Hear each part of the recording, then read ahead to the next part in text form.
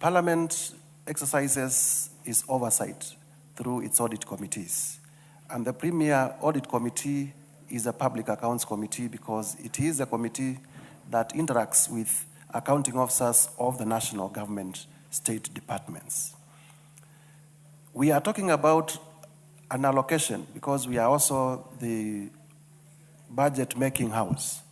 We are talking about a budget of about 4 trillion shillings that goes to the different state departments for purposes of facilitating development and for purpose of facilitating recurrent expenses for those state departments.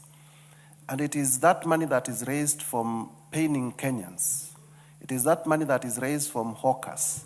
It is that money that is raised from Mamamboga. It is that money that is raided from pay slips of poorly paid civil servants and other workers that funds government functions, and it is that money that is audited by the Auditor General and brought to the National Assembly to the Public Accounts Committee for purposes of ascertaining how transparently the money or not has been spent or not. And therefore, there is no gainsaying in the fact that this is a very important function, a constitutional function of this House. And therefore, through the chair, I pass my appreciation to the members. I have been a member of the Public Accounts Committee, and I know for sure that one of the busiest committees, if not the busiest committee of this House, is the Public Accounts Committee. The committee sits almost every other day that the House is not sitting, and many times, with the approval of the Speaker, the committee also sits.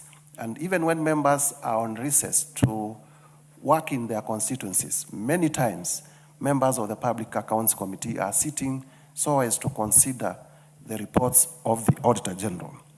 Madam Speaker, I spoke about the budget allocation of 4 trillion to state departments to draw the importance of this audit because we are talking about underdevelopment. Every member here, and earlier we were debating about the amendments to the Energy Act. Every member here wants electricity done in their constituencies. Every member here wants roads. Every member here wants water. And we have always argued that while we may have a resource deficit, we have also been living in largesse. We have also been misappropriating the little resources that are available. We have also been wasting the resources that are available.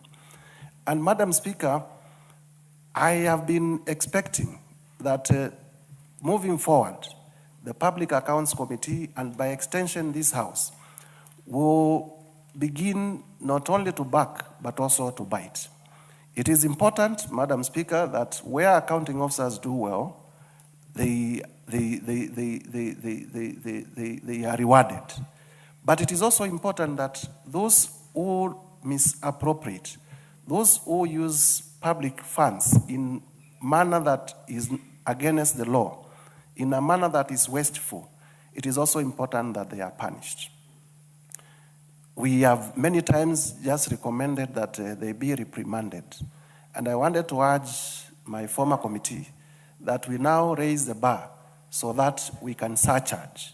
And just like the Ethics and Anti-Corruption Commission each year publishes a report saying, this year we have recovered stolen public funds of this amount, we would expect that the Office of the Auditor General each year will be publishing a report to say, pursuant to the report of the Auditor General that was approved by the National Assembly for this year we have surcharged the following public officers and we have recovered the following monies. Because that way, and by making it painful. Are you on a point of order, Chair? Is it a point of order? Okay, you have the floor. Thank you, Madam Speaker. Madam Speaker, I want